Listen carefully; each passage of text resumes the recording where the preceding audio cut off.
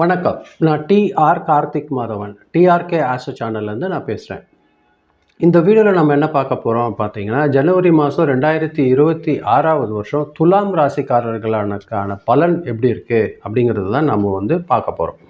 துலாம் ராசிக்காரர்கள் பொறுத்தவரையில் இந்த மாதம் எப்படி இருக்குன்னு பார்த்தீங்கன்னா, இவங்கக்கிட்ட வேலை செய்கிற இடத்துல இவங்க எல்லாரோடும் சேர்ந்து வேலை செய்கிறது மூலிமா இவங்களுக்கு ஒரு நல்ல வழி ஏற்படும். அதனால் ஒரு நல்ல முன்னேற்றம் ஏற்படும். அதாவது கூட வேலை செய்கிறவங்களோட இவங்க கொஞ்சம் அனுசரித்து நல்லபடியாக வேலை செஞ்சிங்கனாங்கன்னா இந்த ஒரு மாதம் நல்லபடியான ஒரு முன்னேற்றம் இருக்கிறதுக்கு வாய்ப்பு இருக்குது. குழு பணி தான் இவங்களுக்கு அதிகமாக இருக்கும்.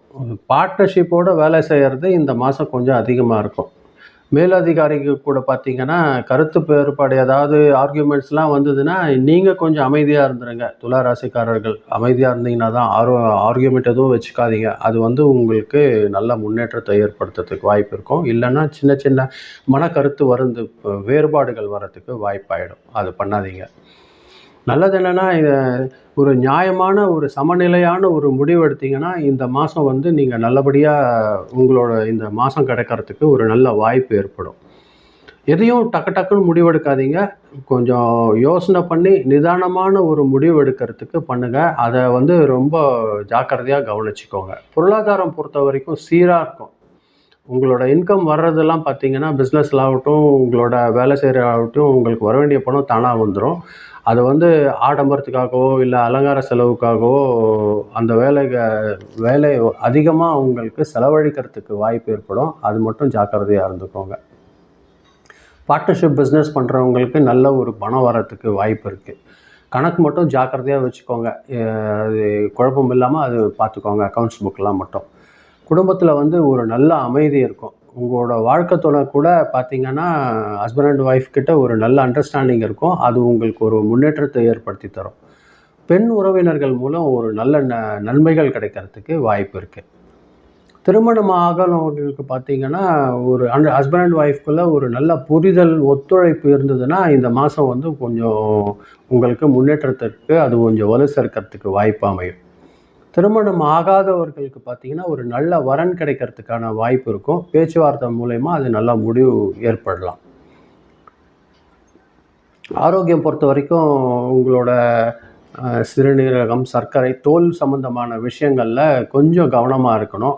நீங்கள் கொஞ்சம் ஸ்வீட் சாப்பிட்றது, எண்ணெய் பொருள்கள் அதிகமாக சாப்பிட்றது மட்டும் நீங்கள் கட்டுப்பாடு வச்சுக்கோங்க. அது நல்லபடியான ஒரு ஆரோக்கியம் மெயின்டைன் பண்ணுறதுக்கு உங்களுக்கு உதவும். தண்ணி அதிகமாக குடிங்க.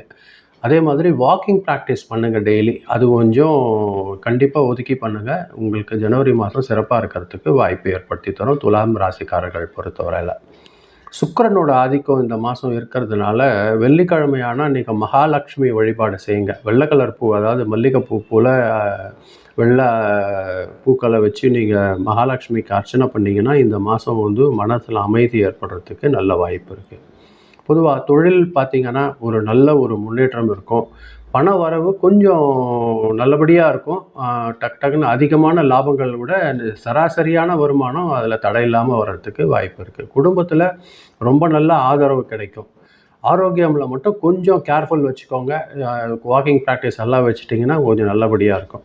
சுருக்கமாக பார்த்தீங்கன்னா இந்த மாதம் நீங்கள் எந்த அளவுக்கு நீங்கள் அட்ஜஸ்ட் பண்ணி நடந்துக்கிறீங்களோ அது அந்த அளவுக்கு உங்களுக்கு ஒரு நல்ல வெற்றியை தரும். பேலன்ஸ்டாக நீங்கள் உங்களோட பேலன்ஸ் பொறுத்து உங்களுக்கு இந்த மாதம் ஒரு நல்ல ஒரு வெற்றியை தர்றதுக்கு வாய்ப்பு இருக்குது. செலவுகளை மட்டும் கொஞ்சம் கட்டுப்பாடாக வச்சுக்கிட்டிங்கன்னா கொஞ்சம் வரவில் சேமிக்கிறதுக்கு வாய்ப்பு இருக்கும். ஆரோக்கியத்தில் மட்டும் கொஞ்சம் கவனம் வச்சுக்கோங்க. இதுதான் நான் இந்த வீடியோவில் நான் சொல்லணும்னு நினச்சேன். ரொம்ப நன்றி. இந்த வீடியோவை நீங்கள் சப்ஸ்கிரைப் பண்ணி பாருங்கள். அது எனக்கு கொஞ்சம் உதவியாக இருக்கும். ரொம்ப நன்றி. வணக்கம்.